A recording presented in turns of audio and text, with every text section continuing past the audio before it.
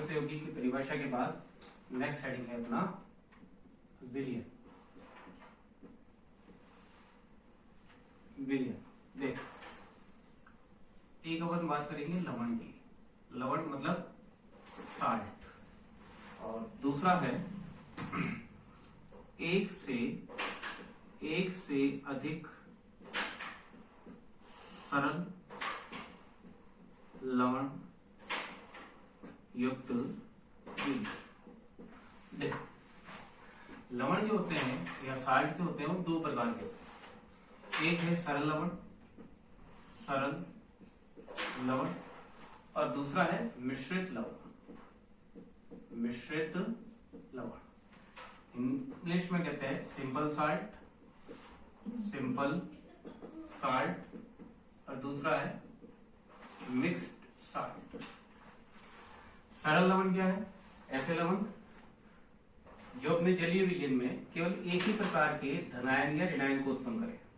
एक ही प्रकार, मैं संख्या नहीं कह रहा हूं, मैं कह रहा हूं प्रकार। एक ही प्रकार के धनायन या जो ऋणायन को उत्पन्न करते हैं, ऐसे लवण को कहा जाता है सरल लवण। जैसे सपोज करो मैं बात कर रहा हूं NaCl की। NaCl को अगर मैं पानी के अंदर डिसोसिएट करूं तो ये आयनों में टूटेगा, क्या बनाएगा? Na+ और Cl-। अब हो सकता है मैं यहाँ पे 100 अगर मोल लूं NaCl के, तो 100 मोल बनेंगे Na+ के और 100 मोल बनेंगे Cl- के। लेकिन Na+ या धनायन केवल कितने प्रकार का? एक ही प्रकार का, वो है Na+। और ऋणायन जो है, एनायन जो है, वो केवल कितने प्रकार का है? एक ही प्रकार का, Cl-। संख्या कुछ भी हो, प्रकार कितने प्रकार के, उसके आधार पर है ये वर्गीकरण, क्लासिफिकेशन। तो सरल लवण ऐसे लवण जो अपने जलीय विलयन में केवल एक ही प्रकार का धनायन या ऋणायन उत्पन्न करे। जैसे कि नेक्स्ट एग्जांपल है अपन तो FeSO4 फेरस सल्फेट। तो फेरस सल्फेट को आयनों में डिसोसिएट किया तो क्या बनाएगा? Fe+2+ SO4-2।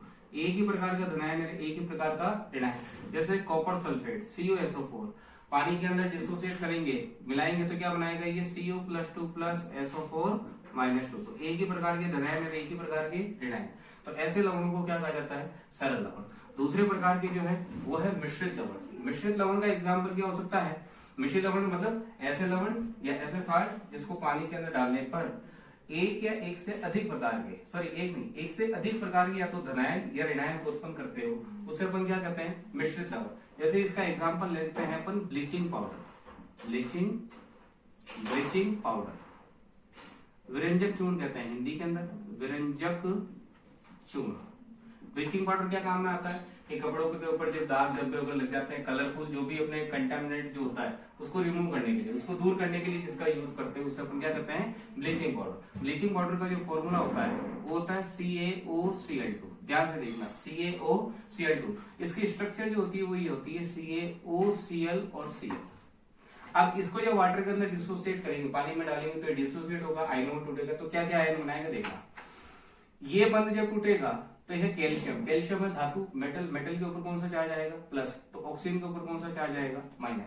फिर ये एक और बॉन्ड है, ये भी आयनों में जब टूटेगा तो कैल्शियम है, तो कैल्शियम धातु है तो हमेशा प्लस ही आएगा, तो Cl के ऊपर क्या आएगा? माइनस। तो कौन कौन सा आयन बना? एक बना कैल्शियम आयन जिसके ऊपर टोटल प्लस के कितना आ गए? 2 आ गए। दूसरा आयन जो बना वो क्या बना? OCl- बना। और तीसरा जो आयन बना है वो क्या बना है? Cl-। इसका मतलब इसके अंदर धनायन तो केवल एक ही प्रकार का उत्पन्न हुआ है, कैल्शियम आयन। लेकिन जो एनायन है, ऋणायन है, वो कितने प्रकार के उत्पन्न हुए? 2 प्रकार के। तो ऐसे कंपाउंड जिसमें एक से अधिक प्रकार के धनायन या ऋणायन उत्पन्न हो अपने जलीय विलयन में, तो उनको हम क्या कहा जाता है? मिश्रित लवण। तो फटाफट इनकी डेफिनेशन और ये एग्जाम्पल लिख लेते हैं। तो सरल लवण की सबसे पहले अपन लिखेंगे परिभाषा। क्या लिखेंगे? वह लवण जो अपने जलीय विलयन में केवल एक ही प्रकार के धनायन व ऋणायन उत्पन्न करे। ठीक है, एग्जाम्पल क्या है इसका? एग्जाम्पल है NaCl, FeCl3,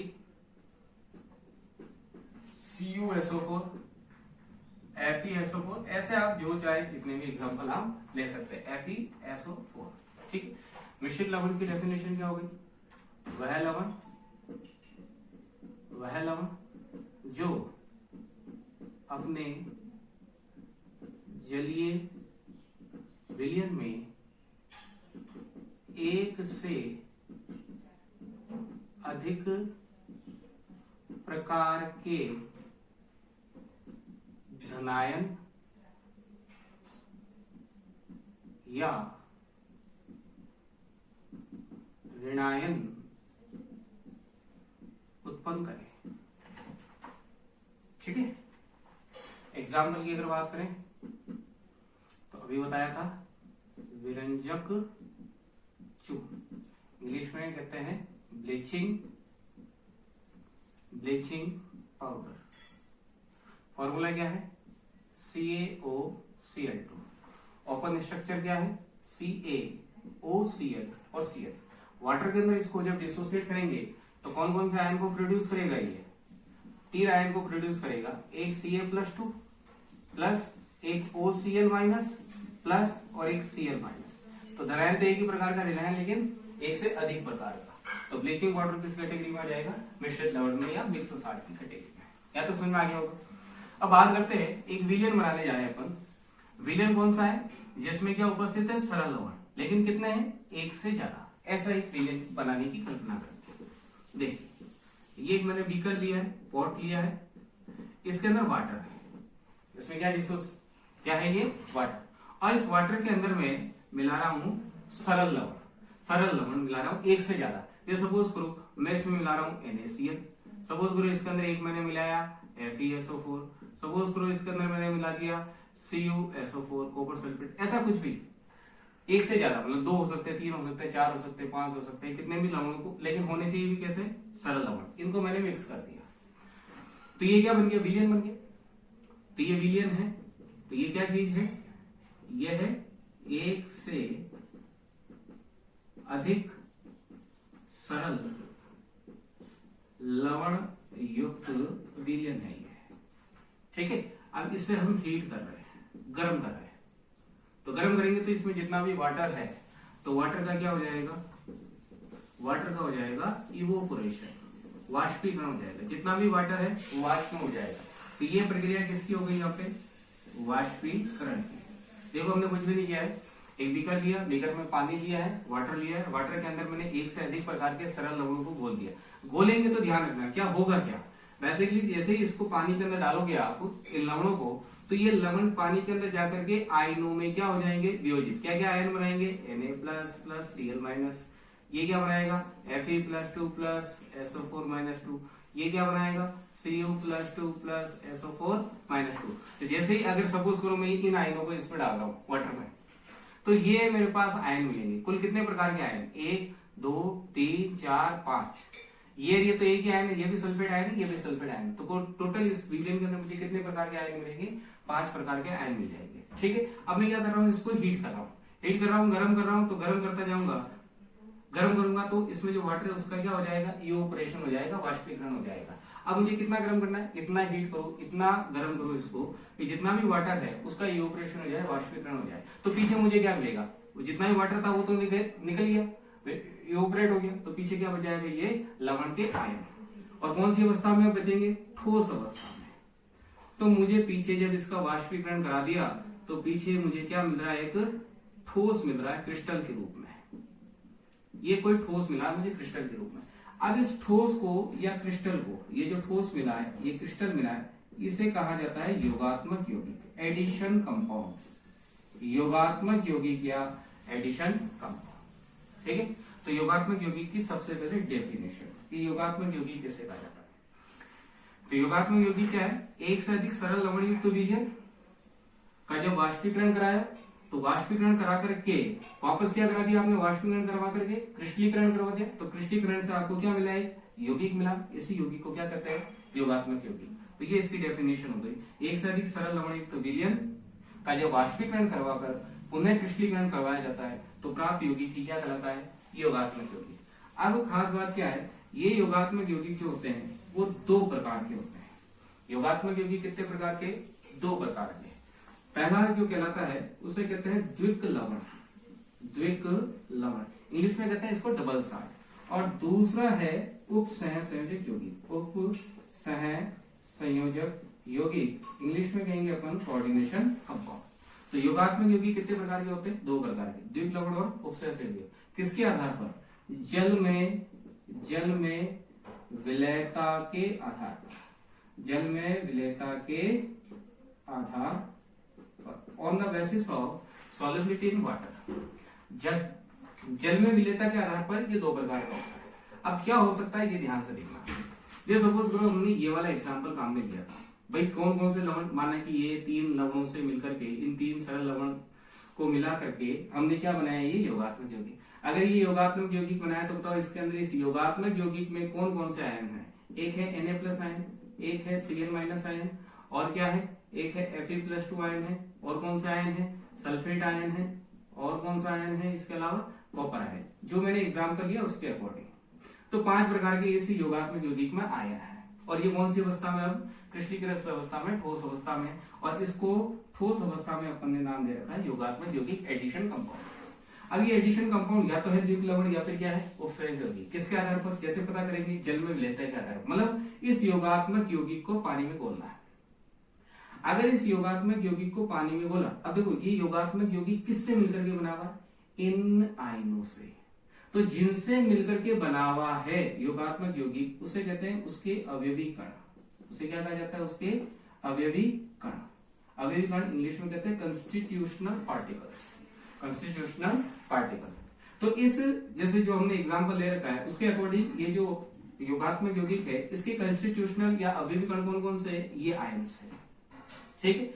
अगर मैं इस योगात्मक यौगिक को पानी के अंदर डालूं, फर्दर पानी के अंदर डाल रहे हैं, तो पानी में डालने पर यदि ये वापस आयनों में टूट जाए, अभी कौन सी अवस्था में? ये ठोस अवस्था में। ठोस अवस्था में तो है, लेकिन जैसे ही पानी में डालें और अगर ये योगात्मक यौगिक के अंदर उपस्थित जो भी अवयवी कण है या आयन है वो आयनों में अगर टूट जाते हैं तो ऐसे योगात्मक यौगिक को क्या कहा जाता है? द्विक लवण कहा जाता है। लेकिन ऐसे योगात्मक यौगिक जिसे पानी में डालने पर अपने अवयवी कणों या आयनों में वियोजित नहीं होते हैं, ऐसे योगात्मक यौगिक क्या कहलाते हैं? उप सहसंयोजक यौगिक। ये मेन डिफरेंस है दोनों का, द्विक लवण और उप सहसंयोजक यौगिक। उप सहसंयोजक द्विक लवण क्या है और उप सहसंयोजक यौगिक क्या है? दोनों ही योगात्मक यौगिक है, लेकिन दोनों में अंतर किसके आधार पर? जल में विलयता के आधार पर, सॉल्युबिलिटी इन वाटर। तो ऐसे योगात्मक यौगिक जो ठोस अवस्था में तो स्थायी है, ये ठोस अवस्था में योगात्मक यौगिक स्थायी है, लेकिन जल के अंदर कैसा हो गया? अस्थायी, अर्थात जल के अंदर अपने अवयवी कणों या आयनों में टूट गया। तो ऐसा योगात्मक यौगिक क्या कहलाएगा? द्विक लवण कहलाएगा। दूसरे प्रकार के योगात्मक यौगिक कौन से हैं? कि ऐसा योगात्मक यौगिक जो ठोस अवस्था में भी स्थायी है और द्रव अवस्था में भी स्थायी है। द्रव अवस्था में भी स्थायी का मतलब अगर ये उपसंयोजक यौगिक है योगात्मक यौगिक तो इसे पानी में डालने पर, जल में डालने पर, जल में डिसॉल्व करने पर या आयनों में डिसोसिएट होने वाला नहीं है। तो ऐसे योगात्मक यौगिक किस श्रेणी में आते हैं? उपसंयोजक यौगिकों की श्रेणी में आते हैं। ठीक है। तो इनके बारे में डिटेल से अपन स्टडी करेंगे कि किसे कहते हैं द्विक लवण यौगिक या उपसंयोजक यौगिक में 3-4 डिफरेंस जो है उसको क्रिएट करने की कोशिश करेंगे। तो सबसे पहले ये आपको जो लिखा रखा है चार्ट मैंने, उस चार्ट को आप बना लो। ठीक है। इधर से लवण लिखो। लवण 2 प्रकार के, सरल, इसके एग्जांपल, मिश्रित लवण, डेफिनेशन, इसके एग्जांपल, फिर एक से अधिक सरल लवण, उसका वाष्पीकरण कराया। वाष्पीकरण करवाने पर क्या मिला आपको? योगात्मक यौगिक। योगात्मक यौगिक जल में विलयता के आधार पर कितने प्रकार के? 2 प्रकार के। योगात्मक यौगिक क्या होता है? डेफिनेशन क्या है वो लिखेंगे। द्विक लवण और उपसंयोजक यौगिक में क्या अंतर है उसको भी अपन अभी लिखने वाले हैं और डिस्कस करने वाले हैं। तो एक बार आप यहां से पूरा नोट कर लीजिएगा। ठीक है। अब मैं आगे इन दोनों को समझाता हूँ, द्विक लवण और उपसंयोजक यौगिक में क्या अंतर है। तो पहले अपन अंतर पढ़ रहे हैं द्विक लवण के अंदर। तो द्विक लवण की डेफिनेशन में बता चुका हूं कि योगात्मक यौगिक जिसको पानी में डालने पर वापस आयनों में वियोजित हो जाए तो क्या कहलाता है? द्विक लवण। अब अगर ये आयनों में वियोजित हो गया, सपोज करो जैसे कि ये NaCl है, मैंने कहा पानी के अंदर डाल दिया तो ये क्या बनाएगा? Na+ और Cl-, हम सभी फेमिलियर है, हम सभी जानते हैं। तो इसका मतलब ये आयनों में टूट गया तो यहाँ पे NaCl के बीच में बंध कौन सा है? आयनिक बंध। तो ऐसे कोई भी कंपाउंड जो आयनों में डिसोसिएट होता है तो वहां पे बंध कौन सा होता है? आयनिक बंध। तो द्विक लवण वो है जिसे पानी के अंदर डालने पर वो आयनों में वियोजित हो रहा है, तो इसका मतलब द्विक लवण के बीच के अंदर, इसके अंदर जो आयन है इनके बीच में जो बंध है वो कौन सा बंध है? आयनिक बंध। इसका मतलब इसमें आयनिक बंध पाया जाता है। तीसरा डिफरेंस क्या है? तीसरा और क्या कह सकते हैं इसके बारे में, द्विक लवण के बारे में, कि इसके जो गुणधर्म है वो उसके अवयवी कणों के समान है। इसका क्या मतलब है? इसका मतलब ये है, समझना, जैसे सपोज करो ये क्रिस्टल है ठोस अवस्था में, इसके अंदर ये आयन प्रेजेंस है, ठीक है, और माना कि ये द्विक्लवण है जो ठोस अवस्था में, तो इसके कोई ना कोई गुणधर्म होंगे ठोस अवस्था में, समझा। अब मैं इसे क्या कर रहा हूँ, पानी में डाल रहा हूँ, पानी में डाल रहा हूँ तो किसमें आ गया ये, आयनों में। इसका मतलब इसके अंदर कौन सी अवस्था में रहा होगा, ये आयनिक अवस्था में रहा होगा। तो इस द्विक्लवण के जो गुणधर्म है वो किसके समान है, इसके अंदर उपस्थित आयनों के समान या अवयवी कणों के समान। कहने का मतलब है कि ये जो द्विक्लवण है, द्विक्लवण के क्या गुणधर्म होंगे, जैसे सपोज करो इस द्विक्लवण के अंदर क्या प्रेजेंट है, Na+ है, Cl- है, ये आयन है, तो जो Na के गुणधर्म होंगे वो इस द्विक्लवण के होंगे, जो Cl- के गुणधर्म होंगे वो द्विक्लवण के होंगे, जो कॉपर आयन के गुणधर्म होंगे वो इस द्विक्लवण में होंगे, समझा है। तो द्विक्लवण वो होते हैं जिसके गुणधर्म, इसके गुणधर्म इसके अंदर उपस्थित अवयवी कणों के ही समान होते हैं, ये प्रॉपर्टी होती है द्विक्लवण, ठीक है। अगले पॉइंट की बात करते हैं टेस्ट की। अब ये परीक्षण कुछ, तो देखो परीक्षण के बारे में 12th के अंदर अपन डिटेल से पढ़ेंगे, प्रैक्टिकल में भी है अपने। एक होते हैं धनायन और एक होते हैं ऋणायन, जैसे A+ और B-।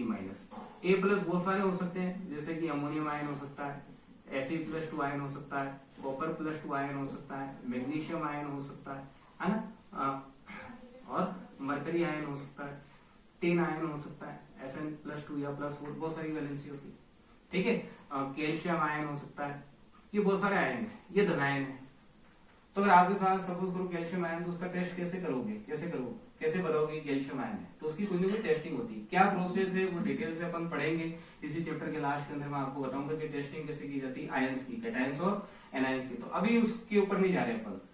आप सपोज करो कोई ना कोई एक ऐसा टेस्ट का मेथड है जिससे कैटायन और एनायन को अपन आइडेंटिफाई कर सकते हैं कि ये वाला कैटायन यहाँ पे प्रेजेंट है, कि ये वाला एनायन आपके पास गिवन है या नहीं है, ठीक है। तो सपोज करो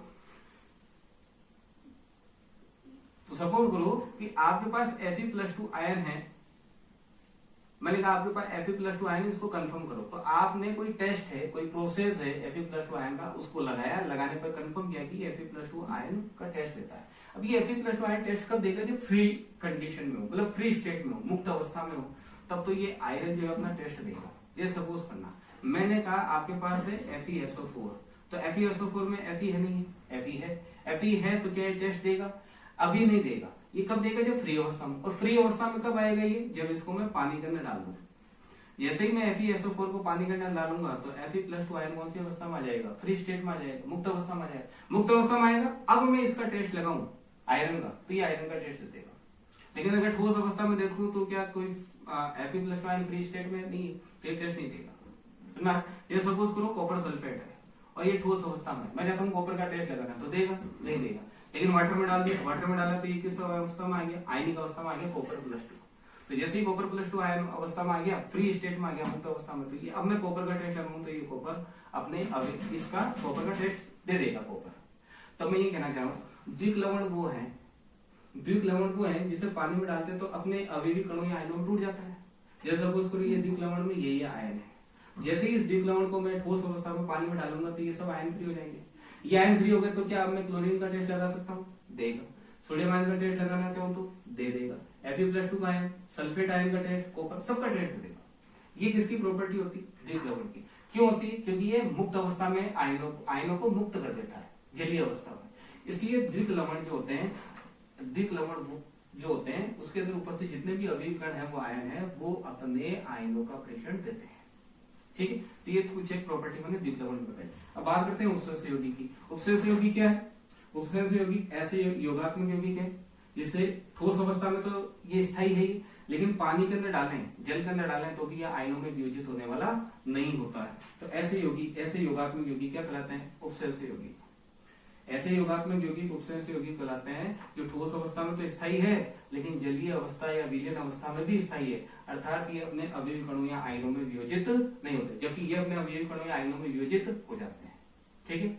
अगर ये उपसंयोगी है तो बंध कौन सा पाया जाता है, उपसंयोजक बंध पाया जाता है, जबकि यहाँ पे कौन सा बताया था, आयनिक बंध पाया जाता है। इसके अलावा मैं कह रहा हूँ ये आयनों में वियोजित होता ही नहीं। जैसे सपोज करो एक उपसंयोगी का मैं एक एग्जांपल लेकर के समझाता हूँ आपको। ये Copper+2 है, ये Copper+2 रिएक्ट कर रहा है अमोनिया के 4 मॉलिक्यूल के साथ, और अमोनिया के 4 मॉलिक्यूल के साथ रिएक्ट करके ये जो बनाता है वो बनाता है CO NH3 का होल 4 ब्रैकेट +2। ये कंपाउंड है उपसर्ग यौगिक। कैसे बना, क्यों बना, कि स्ट्रक्चर है इसकी डिटेल से इसी चैप्टर के बारे में स्टडी करेंगे। अभी केवल आप ये देखो, ये कॉपर +2 आयन है, 4 अमोनिया के मॉलिक्यूल के साथ रिएक्ट करता है। ये जो कंपाउंड बनता है, इस कंपाउंड का, ये कंपाउंड किसका एग्जांपल है, उपसर्ग यौगिक का है। ठीक है, अब सुनना, यहाँ पे कॉपर +2 आयन फ्री है मुक्त अवस्था में, ये अमोनिया आयन, तो कॉपर का यहाँ पे कोई ना कोई टेस्ट है, यहाँ पे अमोनिया आयन है तो उसका भी अपन टेस्ट कर सकते हैं। लेकिन अब ये एक ऐसा आयन बन चुका उपसर्ग यौगिक, इसे अगर मैं पानी के अंदर डिसोल्व करूं तो ये आयनों में मुक्त नहीं होता, क्योंकि कौन सा यौगिक है ये, उपसर्ग यौगिक। और उपसर्ग यौगिक अपने जलीय विजन के अंदर वियोजित नहीं होता है। कहने का मतलब इसे पानी में डालने पर ये कॉपर और अमोनिया में डिसोसिएट या टूटने वाला नहीं है। इसका मतलब यहाँ पर कॉपर के गुणधर्म होंगे, यहाँ पे अमोनिया के गुणधर्म होंगे, लेकिन क्या अब इस जब ये नया कंपाउंड बन गया तो इस नए कंपाउंड में न तो कॉपर के गुणधर्म नहीं अमोनिया के, कोई नए गुणधर्म है। इसका मतलब ये हो गया उपसर्ग यौगिक किन किन से मिलकर बना है, इन अवयवी कणों से। तो इन अवयवी कणों के जो गुणधर्म है वो अब इस यौगिक के गुणधर्म नहीं। तो उपसर्ग यौगिक के गुण जो होते हैं अपने अवयवी कणों के समान नहीं होते, जबकि द्विक लवण के गुणधर्म अपने अवयवी कणों के समान होते हैं। अब ये इसको पानी के अंदर डाल रहे हैं तो ये आयनों में वियोजित नहीं हो रहा है, तो मुक्त अवस्था में कॉपर नहीं आ रहा है, मुक्त अवस्था में कॉपर नहीं आ रहा है, तो ये क्या टेस्ट देगा कॉपर का, नहीं देगा। लेकिन क्या ये दे सकता था अपने अवयवी कणों का टेस्ट दे सकता था, क्योंकि ये पानी के अंदर आयनों में वियोजित हो जाता है, जबकि ये आयनों में वियोजित नहीं होता है। तो ये आयनों में वियोजित नहीं होगा तो अपने अवयवी कणों का परीक्षण भी नहीं देगा, जबकि जलीय विलयन में आयनों में वियोजित होने के कारण ये अपने अवयवी कणों का परीक्षण देते हैं। यहाँ तक बात समझ में आ गई होगी। इन दोनों के अंतर में भी लिखा देता हूँ। तो ये मैंने पूरा समझाया, पहले एकदम साफ लिखा हुआ था तो मैंने बता दिया था कि इसको नोट कर लेना। तो अब मैं इन दोनों के बारे में लिख रहा हूँ कि योगात्मक यौगिक किसे कहते हैं, द्विक लवण किसे कहते हैं और उपसर्जक यौगिक किसे कहते हैं। ठीक है, हेडिंग क्या है, योगात्मक यौगिक किसे कहते हैं, योगात्मक यौगिक।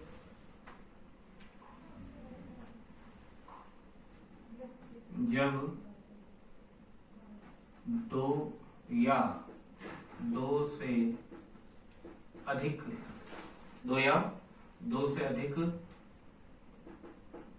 सरल लवण युक्त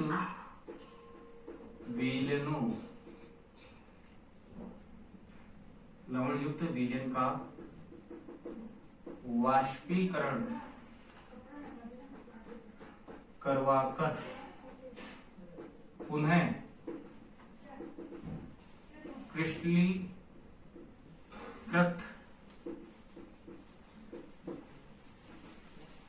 किया जाता है तो प्राप्त यौगिक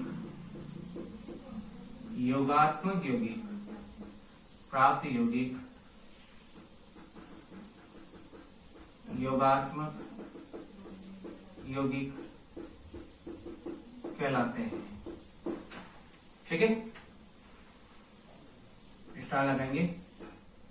जल में विलेयता के आधार पर योगात्मक यौगिक निम्न दो प्रकार के होते हैं। ठीक है, और आप मेरे पास इधर जगह नहीं है, मैं यहां लिख रहा हूं। एक हो गया द्विक लवण और दूसरा इधर हो गया उपसंयोजक यौगिक। इसको इंग्लिश में कहते हैं डबल साल्ट और इसे कहा जाता है कोऑर्डिनेशन कंपाउंड। ठीक है, चलो 2 मिनट इंक भर लेते हैं इसमें।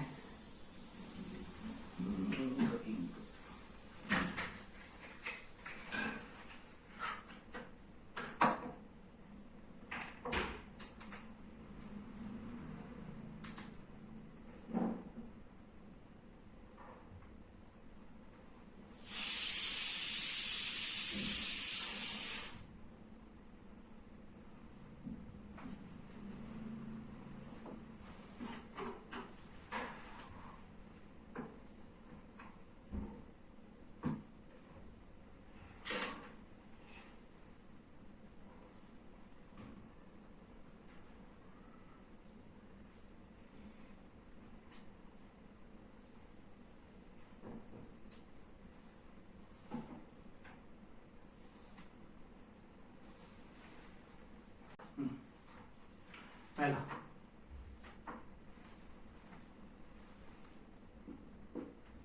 वह योगात्मक यौगिक, वह योगात्मक यौगिक जो ठोस अवस्था में स्थायी हो तथा जलीय अवस्था में अस्थायी हो, अर्थात जलीय विलयन में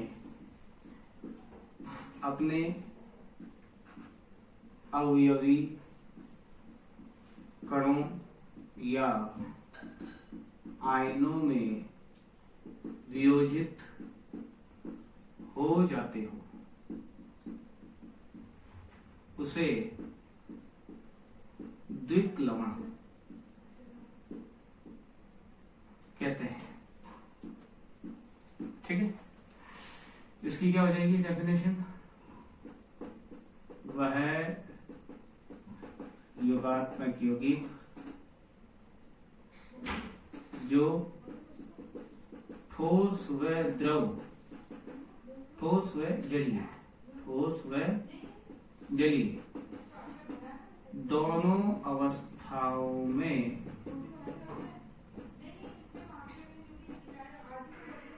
स्थायी हो, अर्थात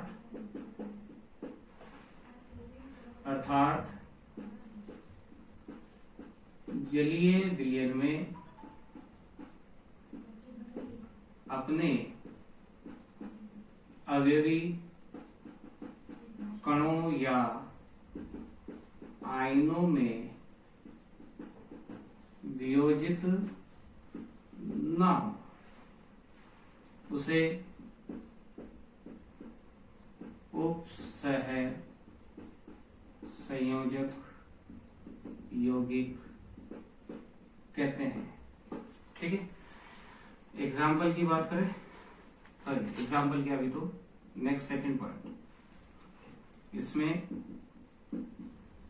आयनिक बंध उपस्थित होता है।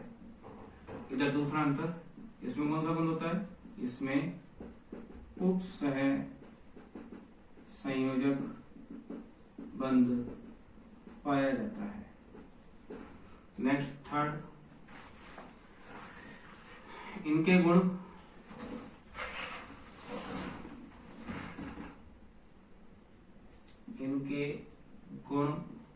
अपने अवयवी कणों के समान होते हैं। दिख नहीं रहा हो तो मैं बोल रहा हूं, रिपीट कर रहा हूं, इनके गुण अपने अवयवी कणों के समान होते हैं।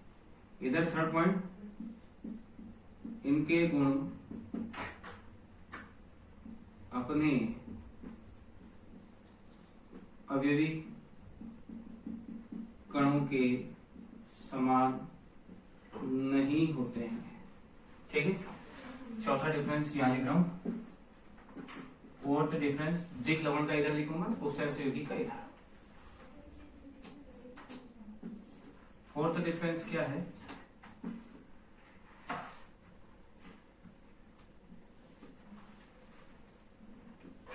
यह अपने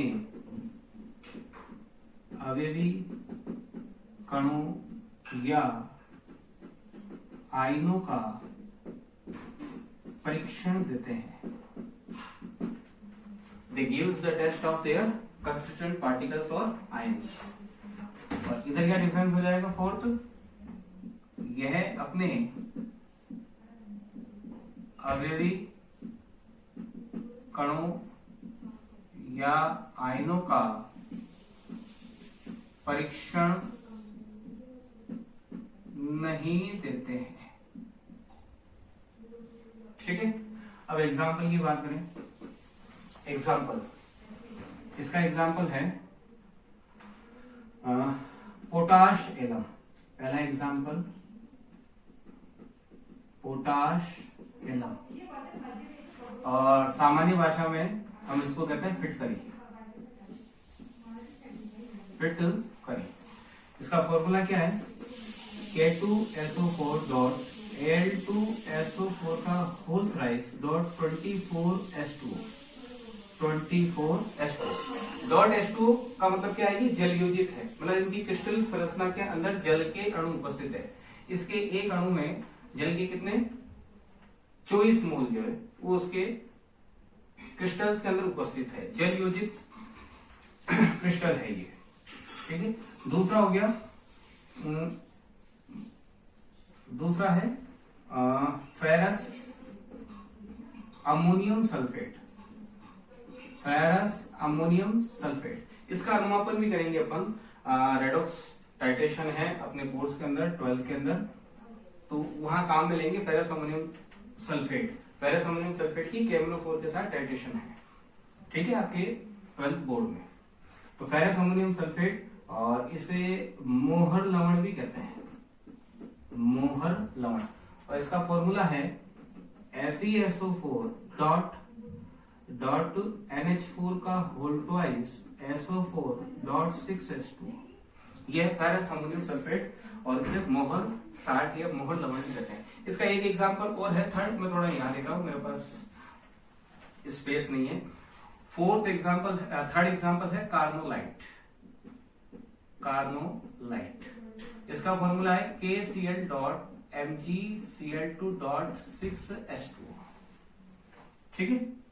तो ये 3 एग्जांपल आपको याद रखने किसके, द्विक लवण में।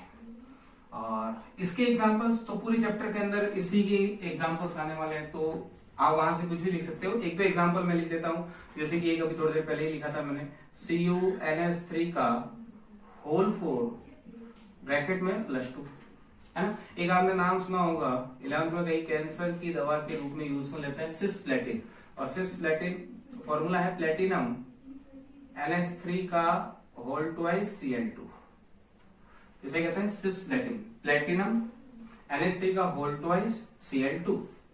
और ये एग्जांपल है बड़ा ब्रैकेट CuNH3 ब्रैकेट नीचे 4 और +2, ठीक है। ये क्या है, इन सब के बारे में डिटेल से पढ़ना है। तो हमें इस चैप्टर में डिटेल से किसके बारे में पढ़ना है? उपसंयोजक यौगिक। तो अब अपना चैप्टर स्टार्ट होगा यहाँ से। तो अभी तक तो बेसिक स्टार्ट किया अपन ने, तो हमने अभी तक क्या क्या पढ़ लिया? हमने पढ़ा सबसे पहले कि उपसंयोजक यौगिक क्या है। तो उपसंयोजक यौगिक को समझने के लिए बंधों को समझा। बंध तो 3 प्रकार के मैंने समझाए हैं, वैसे 4 प्रकार के भी ले सकते हो आप। 3 प्रकार के बंध के अंदर कौन कौन आता है? सबसे पहला समझाया था मैंने आयनिक बंध, फिर सहसंयोजक बंध, फिर उपसहसंयोजक बंध। उपसहसंयोजक बंध क्या होने के बाद अपने पढ़ा उपसंयोजक यौगिक किसे कहते हैं? उपसंयोजक यौगिक ऐसे यौगिक जिसके अंदर उपसहसंयोजक बंध उपस्थित होता है, पाया जाता है, उसे अपन क्या कहते हैं? उपसहसंयोजक यौगिक कहते हैं। उसके 2-3 एग्जाम्पल भी बताए थे। उपसहसंयोजक यौगिक के अंदर हमेशा एक दाता परमाणु होता है, दूसरा क्या होता है? ग्राही परमाणु होता है, ठीक है। और उसके बाद मैंने एक आपको एनालॉजी समझाई थी लवण को लेकर के, कि लवण जो होते हैं वो 2 प्रकार के होते हैं, सरल और मिश्रित लवण। सरल लवण जो एक ही प्रकार के धनायन ऋणायन को उत्पन्न करते हैं अपने जलीय विलयन के अंदर, सरल लवण। और ऐसे लवण जो अपने जलीय विलयन में एक से अधिक प्रकार के धनायन ऋणायन को उत्पन्न करते हैं वो मिश्रित लवण। उसका एग्जाम्पल था ब्लीचिंग पाउडर। फिर अपन ने एक विलयन बनाया, किसका बनाया? एक से अधिक प्रकार के सरल लवणयुक्त पदार्थों का अपन ने विलयन बनाया। विलयन बना करके उसका क्या कराया? वाष्पीकरण कराया। वाष्पीकरण कराने पर हमें क्रिस्टल प्राप्त हुआ। इस क्रिस्टल को अपने क्या नाम दिया? योगात्मक यौगिक। ये योगात्मक यौगिक कितने प्रकार का हो सकता है? या तो ये द्विक लवण हो सकता है या उपसहसंयोजक यौगिक हो सकता है। किसके आधार पर? जल में विलयता के आधार पर। यदि योगात्मक यौगिक जल में घुल करके अपने आयनों में वियोजित हो जाए तो ये योगात्मक यौगिक क्या है? द्विक लवण है, डबल साल्ट है। और अगर ये उपसहसंयोजक यौगिक जल में घुलने पर अपने अवयवी कणों या आयनों में वियोजित तो नहीं होता है, तो ये योगात्मक यौगिक किस कैटेगरी के अंदर आता है? उपसहसंयोजक यौगिक के अंदर आता है। फिर मैंने आपको बताया है कि द्विक लवण और उपसहसंयोजक यौगिक में कोई 4 अंतर लिखो और इनके एग्जांपल्स लिखो, तो उन्होंने बता दिए हैं। एग्जांपल्स बेटा पूछे जाते हैं कि पोटाश एलम का सूत्र क्या होता है ना। फेरस अमोनियम सल्फेट या मोहर लवण जो होता है उसका सूत्र क्या होता है? फिटकरी का सूत्र क्या होता है? तो ये आपको ये लर्न करना है ना। कार्नोलाइट का सूत्र क्या होता है? ऐसा नहीं इसको ऐसे ही छोड़ना है, ये आपकी बुक्स के अंदर है तो पूछे जा सकते हैं और पूछे भी गए हैं। तो 4 अंतर हैं द्विक लवण और उपसहसंयोजक यौगिक के अंदर। पहले तो इनकी डेफिनेशन ये द्विक लवण यौगिक क्या है? द्विक लवण क्या है? ऐसे योगात्मक यौगिक जो जलीय विलयन, जो ठोस अवस्था में तो स्थायी है लेकिन जलीय विलयन में स्थायी नहीं है, अर्थात अपने जलीय विलयन के अंदर अपने अवयवी कणों या आयनों के अंदर क्या हो जाते हैं? डिसोसिएट हो जाते हैं, टूट जाते हैं, तो वो क्या कहलाते हैं? आपके द्विक लवण कहलाते हैं। अगर ये टूट गए तो कौन सा बंध है इसके अंदर? आयनिक बंध है। अगर टूट गए तो ये अपने अवयवी कण का क्या देते हैं? परीक्षण देते हैं। अगर टूट गए इसका मतलब इनके गुणधर्म अपने अपने अवयवी कणों की क्या है? समान है। इसके 3 एग्जांपल क्या है? पहला है फिटकरी जिसे कहते हैं पोटाशियम, और एक है मोहर लवण जिसका रासायनिक नाम है फेरस अमोनियम सल्फेट, शॉर्ट में इसको बोला जाता है FAS। फेरस अमोनियम सल्फेट को शॉर्ट में बोला जाता है F.A.S, ferrous ammonium sulphate FAS, ठीक है, मोहर लवण। और एक बताया हमने कार्बोनेट। इसके बाद उपसर्ग यौगिक, ऐसे योगात्मक यौगिक जो जलीय, जो ठोस और जलीय दोनों अवस्था में कैसे होते हैं? अस्थायी, अर्थात जल में डालने पर अपने दोनों अवस्था में होते हैं स्थायी, अर्थात जलीय विलयन के अंदर अपने अवयवी कणों या आयनों में वियोजित नहीं होते हैं। बल कौन सा पाया जाता है? उत्सर्जक गुण। आयनों में वियोजित नहीं हो रहे, इसका मतलब इनके गुणधर्म अपने अवयवी कणों के समान नहीं होते हैं, और अगर आयनों में वियोजित नहीं हो रहे तो ये अपने अवयवी कणों या आयनों का परीक्षण भी नहीं देते हैं, ठीक है। तो अब हमें डिटेल से इस चैप्टर के बारे में क्या है, किसके बारे में पढ़ना है? उपसर्ग यौगिकों के बारे में ही पढ़ना है। तो उपसर्ग यौगिक स्टार्ट करते हैं। तो उपसर्ग यौगिक का जनरल प्रदर्शन क्या है, रिप्रेजेंटेशन क्या है, तो उसको स्टार्ट करेंगे।